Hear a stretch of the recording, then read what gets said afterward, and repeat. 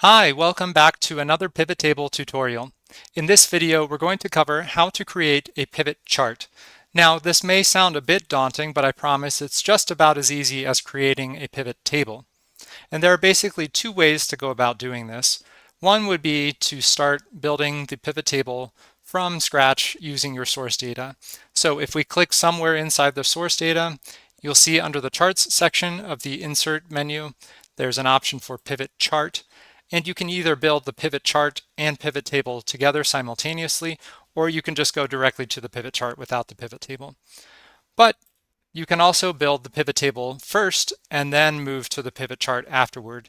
And I rather prefer that method because I like to see my data laid out in the pivot table first. That way I know it's going to appear the way I want it, more or less.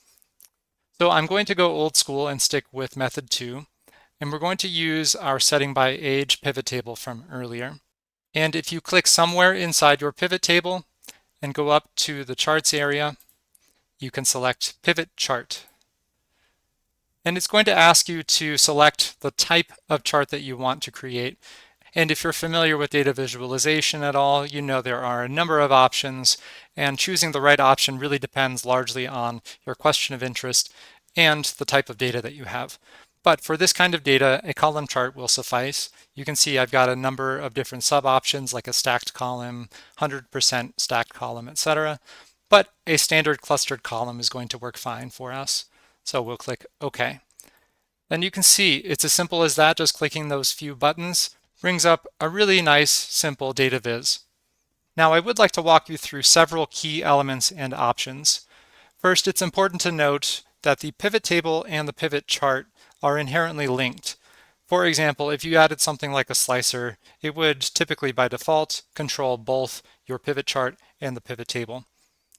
Also notice on the right-hand side in our pivot table fields, the labels for the rows and columns have changed. Now they're referred to as the axis or categories and the legend or series.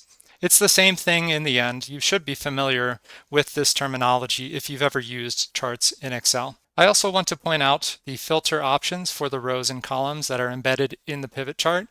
So for example, if I wanted to filter setting on the chart, I could use that drop-down menu, and perhaps I want to look at just the home-based information. And if I reset these,